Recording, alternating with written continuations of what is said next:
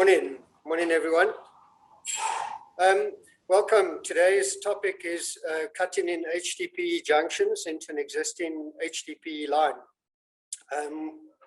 Over the years, we've seen so many failures where we've had like Checkers or Pick and Pay or Dischem or one of those big majors being flooded by a cut-in that has been done onto an HDPE installation. The reason for this failure is obviously HDPE has a very high expansion and contraction coefficient. So as the pipe heats up and cools down, it moves. And for every 10 degrees, you'll get about just under 10 millimeters movement per meter. So on a 5-meter length, you can be moving as much as 50 millimeters. And what happens is that the pipe expands and contracts, and eventually we get creep, and it then pulls out of the joint. So you'll often find that a connection that has been put in by a plumber that is not used to using HDPE will cut in a PVC junction and use a Kimberley socket. And as the pipe expands and contracts, so we pick up the problem over time. It won't leak immediately, and as everyone knows, PVC has a standard outside dimension. So whatever polymer pipe you use in PVC, HDPE, PPR, you'll find that they're all 110 millimeter OD. As the class of pipe increases, if you go into a PN4 or PN6, the wall thickness increases, but it increases inwards, not outwards. So it is possible to use a normal Kimberley socket, a PVC Kimberley socket on an HDPE pipe. However, is after a period of time with the movement of the HDPE, you are going to pick up a problem with it. So let's just run through a couple of the joints that are available. The first joint that we have is this compression fitting. And this compression fitting is welded onto the pipe by means of a butt weld. And on the top of it, it has a rubber ring and it has a slip ring. So the slip ring is to allow the pipe to be tightened without crunching the rubber. And basically is that inside it. So typically you'll push the pipe in there, and it's got between this back nut and the compression fitting, the rubber ring and the slip ring. That's this joint is normally used where you're wanting to take a component apart afterwards. So like if you've installed a trap or something that needs to be maintained, as you are easily able to release it. The second joint is a electrofusion coupling. And what is interesting with the electrofusion coupling is that you'll see that the actual dimension is very, very small. So there's only about 30 millimeters that is welded onto the pipe. But once the weld is done, it's a completely homogeneous joint. This can also be used as a slip coupling.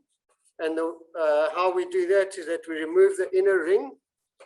And there's a small little space over there where you can fit a screwdriver in, and you'll just remove that ring. This will now work the same as a Kimberley socket. You'll slip it over the pipe and then back onto the junction. We'll come back to that in a little bit more detail shortly. The next one that we have is a ring seal socket, and this will be butt welded or electrofusion onto the pipe. And then inside it's got a rubber ring. Important to use the correct lubricant on this. Do not use sunlight liquid or soft soap or any of those others. Use a correct liquid that will allow the joint to move. We then have an expansion socket, and this is to allow for the expansion contraction of the pipe. And you'll see on the front of this here, there's two markings, one there, and that's at 0 and 20 degrees. And what's important about this is that if the temperature outside is 2 degrees, you'll push the pipe in until you get to the near the 0 point, which is over there. And if it was in the middle of the day and you're 18, 20 degrees, you'll push the pipe into there. And as it gets hotter and cold in the day, between 20 degrees, that's the amount that the pipe will move over a 5-meter length. So it's important that this fitting is put in correctly. And we'll come back a little bit more into that in a minute. The next one that we have is what people might call an SSN. However, it's very different from an SSN. You'll see that the fixings are a lot more robust. And it also, if you take out the rubber, you'll notice that it has a little rim in here. And this rim actually bites into the pipe. With the forces that are exerted by HDPE when it expands and contracts, it can eventually pull out of that. So it is important that if you are using that as your final joint, that you've secured the pipe behind it to make sure that it doesn't move. Typical SSN coupling. If you ever want an insurance claim against you, use this on an HDPE cutting, and you'll find is that after a couple of months or a year or a certain amount of time, the pipe is actually going to pull out of this and you're going to have a leak on it. It's also because of the design of this with the two worm drives, is that you never get the correct tension onto the pipe. So it's important again, is that to use the correct fittings. So those are basically the different types of joints. And as I say, all of the failures are a direct result of pipe movement and eventually pulling out of the joint or failure on the joint. Compression fitting, again, I wouldn't recommend you use this on a cutting. Definitely the cutting fittings are the electrofusion coupling, the expansion socket, and a ring seal socket. If you use the ring seal socket on both sides, the downstream and upstream side of the junction, is you will find is that unless you secure it properly, it is going to pull out. If you are using an electroweld coupling, is that if there's one drop of water, do not weld it. It will fail. If it doesn't fail today, it will fail next week or next month. With a drop of water, any moisture is that you cannot use an electroweld coupling. You can weld it 2, 3, 4, 5 times. It's not going to work. Remembering that when you do weld an electroweld coupling, if for whatever reason the machine stops or there's a problem, is that you will let the machine cool down or let the coupling cool down completely, plug the machine back in and re-weld. But if there's water, cut it out because you're going to cut it out at some point. So doing a cut-in, traditionally if we were doing something in PVC, we would cut out the length of the junction and then we would install a piece of pipe either side of the junction and we'd put a Kimberley socket on it and we would push the Kimberley socket out. So the same principle is pretty much with what we do with the HDPE. But what we do is we prepare the pipe a little bit more, is that we're going to put in a length of pipe on the back and a length of pipe on the front. We'll then measure this length that we're going to then cut out of the existing pipe. We then, remember, as I was saying, if there's any water, do not try and do it. So on the side of the junction where the water is going to be coming in, it's very seldom that you will have a completely dry joint there. So you're going to have water dripping out of there. And if you've got any water dripping out of there, it is not going to weld. So your choices are, on the upstream side, is that you can either weld on an electroweld, you can put on an ring seal socket that will then go back onto where the water is, or you're able to use one of these stainless steel couplings. On the downstream side, what we do is on this longer section of pipe, this section here, we're going to use a ring seal socket. So once we've marked out where this piece of pipe is going to go into the main line, is we're then going to weld this onto the pipe using an electroweld coupling. So our electroweld coupling will be on there and we're going to weld this onto the pipe. Remembering from the previous presentations is the preparation before you do the weld.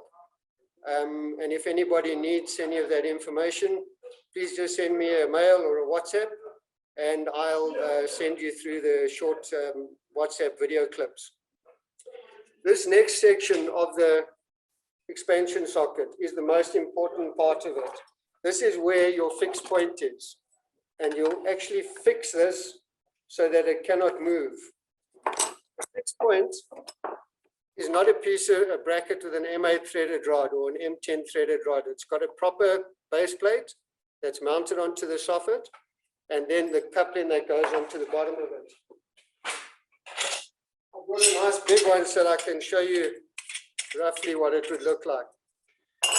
So this would be your the brackets. It'll either be an M10, M12, ½ inch or 1 inch, depending on the length of the soffit. And it's important that this top base plate is in the direction of the pipe, so that as you get in expansion, contraction, and this is trying to move, this is actually holding the whole fitting. So, as I said, is that you're going to take onto the expansion socket where this rim is, and you're going to put your fixed point on there, and that's then going to be fixed to the soffit. If it is a pipe that is hanging, which it normally is that you could be 1 or 2 meters off the soffit in very bad cases. But let's say that you're a meter off. If you've got an M8 piece of threaded rod, this is going to want to move anyway, because you've got this long rod that is actually doesn't have any strength on it. So in this case is that you'll just do some cross bracing up to the soffit to ensure that this point remains totally fixed. Okay, the next step is that we'll measure the length of this expansion socket, and we'll transfer that length onto this pipe. So using a paint marker or a yellow grease or red grease pencil, we're going to mark where that expansion socket is going to come up to. And you'll see if we push it up, it'll go up to that joint. So we've put on the ring seal on this side, and we've put the expansion socket that we've now fixed onto this pipe. You'll be able to put this, weld this piece in with this complete length like that. Once this is welded, you're then going to push this piece back, and this piece will then go onto the upstream side. So important is that you're constantly going to have water coming down from the upstream side, and it's going to be coming down to where you're cutting in your junction. So before you do that final joint, you need to have made sure that you have welded this onto the downstream and that the pipe is completely dry. We don't want any moisture on it, otherwise this is going to leak. When you're doing this joint, is you do not remove the center register. We leave that in so that we can make sure that this coupling and the pipe get an equal amount of fixture on it. So from there, then you'll be able to do the balance of your junction. Remembering is that if you put it on its side, you could get water coming out, which will hinder your work a little bit. So you can actually tilt it up, and you'll be able to pick up this angle with the bends when you cut them. So then you can continue with that.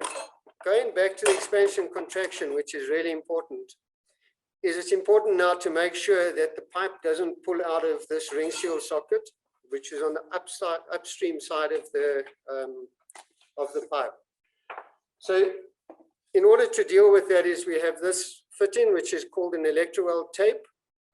And this tape is put onto the pipe afterwards. So you will prepare the pipe the same way as you would have for an electroweld coupling, which means that you're going to scrape it, take the oxide layer off, clean it with acetone, and then you're going to weld this on.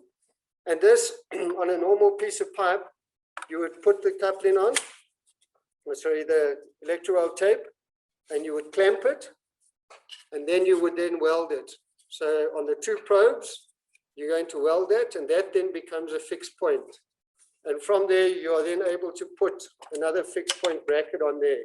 So what we're basically doing is on both sides of the fitting, over here and over here, we're going to have a fixed point to make sure that this portion of the pipe is now secure. So effectively, where your ring seal socket is going to come on to this upstream side of the pipe over there, you are then going to put a fixed point over here to restrain this pipe that is going upstream from moving. So if we find is that we do have a leak and we can go back and you can try and re-weld it, it's not going to work.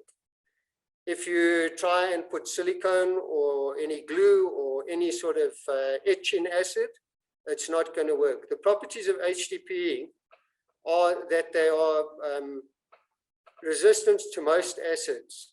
So there's nothing that really chews into them. So you can't use a glue or a solvent or a silicone. It will just come loose and it will fall off eventually and you're going to have a leak. So if you have done a cut-in and it fails, then you have to cut that junction out and then replace it. As I was saying in the beginning, the biggest problem with HDPE is the expansion and contraction. And that's not it's not a negative with HDPE. It's something you just need to take care of. You need to make sure that when you're doing your installations, especially on a drainage run, that the pipeline is never more than 5 meters without an expansion socket. So at the end of every 5 meters, you'll put an expansion socket. The length of pipe is 5 meters, plus if you put on the first fitting, you'll put your expansion socket just behind that, so that you'll make sure that you're then protecting that. Again, the importance of clamping that expansion socket is really, really important. You've got to make sure that it becomes a nice solid fixed point. So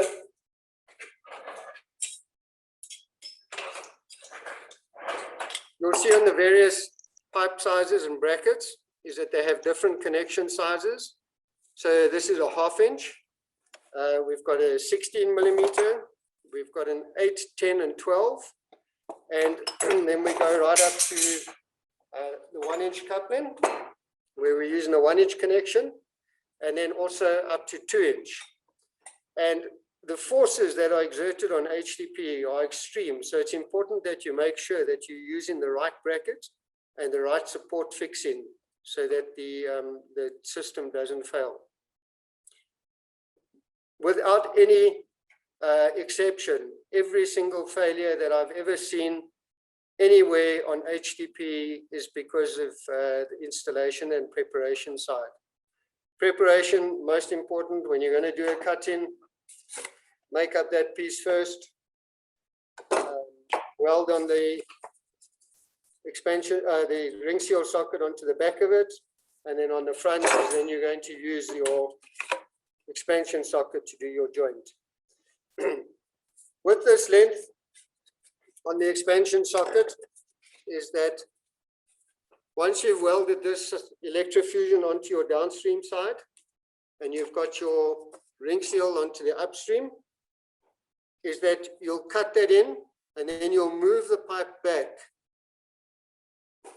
And what you need is about 60 millimeters that you'll be able to move it back. So you'll have the length of this, which is your ring seal socket, plus another 10 millimeters. And the important part about that 10 millimeters is to make sure that you're not getting water through the line. That will then cause a problem on this joint here, which is your electrofusion joint. So once you've welded this all up and it's all in position, you're then going to pull this part back and you're going to push it over onto the existing pipe. After that, it's then your fixed points, and your fixed points are the most important part. Karim, I don't know if you want to open up just for if anybody has any questions or anything that they'd like me just to show them again. Thank you very much, Gerard. There are no questions that came in so long, but I'd like to encourage all the attendees to please send through the questions, or if you'd like to actually ask the question, I can unmute you as well. So you can just raise your hand and I'll be able to unmute you. Okay, so while we're waiting for that, when we're using the stainless steel coupling, it's important don't use the SSN. You're going to have a failure. You'll note that the coupling is put onto the pipe It's just the same way as you would do an SSN. The engineering on it is a little bit more advanced. You'll note there's only 2 bolts on there, and it's really substantial here. When we're doing the connection, you're going to make sure you tighten it up equally on both sides.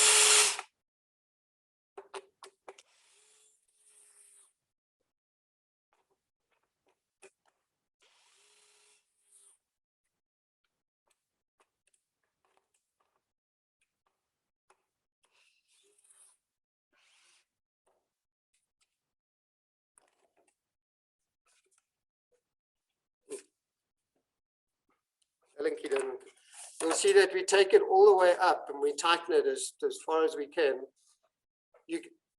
In extreme cases, is that if it is warm, is that this pipe will, this coupling will go all the way together. But basically, it is now bit into the pipe, and it's actually got a little groove into the pipe so that the fitting doesn't come out. But as I said again, even if you use that, it's a nice, easy coupling to use on the upstream side of your cutting. So in other words, on this side of the coupling here of your cutting, it's a nice fitting to use, but make sure you secure the pipe over here, that it doesn't expand and contract. The forces are just incredible as to how the pipe moves.